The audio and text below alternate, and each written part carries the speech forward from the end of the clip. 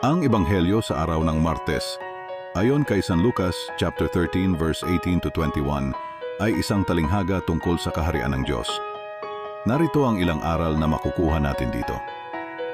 Una, ang kaharian ng Diyos ay nagsisimula ng maliit. The kingdom of God begins small. Ang talinghaga ay nagsisimula sa isang butil ng mustasa na napakaliit. Ito ay naglalarawan kung paano ang kaharian ng Diyos ay nagsisimula ng maliit, ngunit may potensyal na lumago ng malaki. Ito ay nagpapaalala sa atin na ang Diyos ay gumagamit ng mga ordinaryong bagay at tao upang magawa ang kanyang plano. Kahit na tayo ay nararamdaman na maliit o walang kapangyarihan, maaari tayong magamit ng Diyos upang magdala. Pangalawa, ang kaharian ng Diyos ay lumalaki ng dahan-dahan. The kingdom of God grows slowly.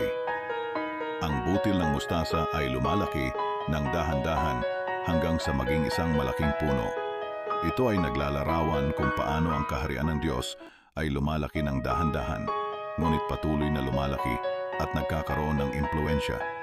Ito ay nagtuturo sa atin na magtiwala sa proseso ng Diyos at hindi mabahala kung ang pagbabago ay hindi nangyayari kaagad. Pangatlo, ang kaharian ng Diyos ay nagdudulot ng pagbabago.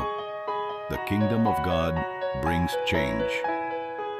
Ang puno ng mustasa ay nagsisilbing tirahan ng mga ibon na nagpapakita kung paano ang kaharian ng Diyos ay nagdudulot ng pagbabago at nagbibigay ng proteksyon at kapayapaan.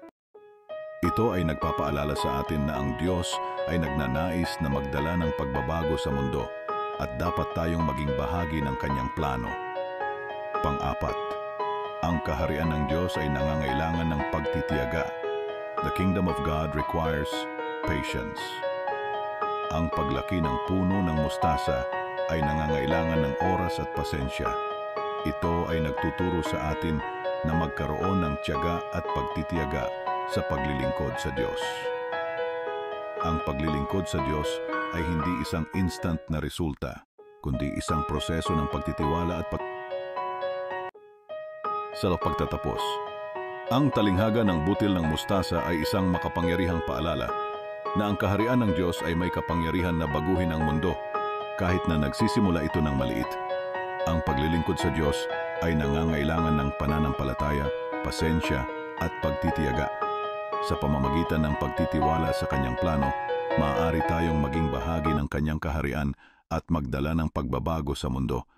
Purihin ang Diyos. Amen.